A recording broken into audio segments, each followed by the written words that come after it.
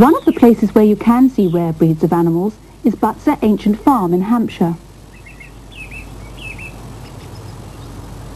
In ancient Celtic times, having large herds of cattle was a sign of wealth. These Dexter cows are similar to Iron Age breeds of cattle. Evidence that has been found tells us that powerful cattle like these were used for food, for their skins and horns, and for their pulling power, which helped the Iron Age farmer.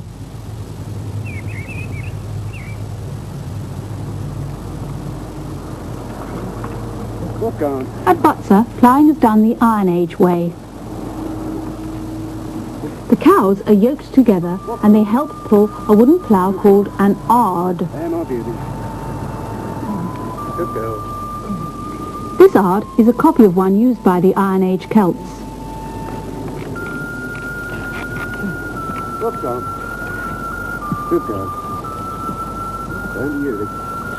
It's such hard work ploughing this way, especially when one of the cows is learning how to do the job.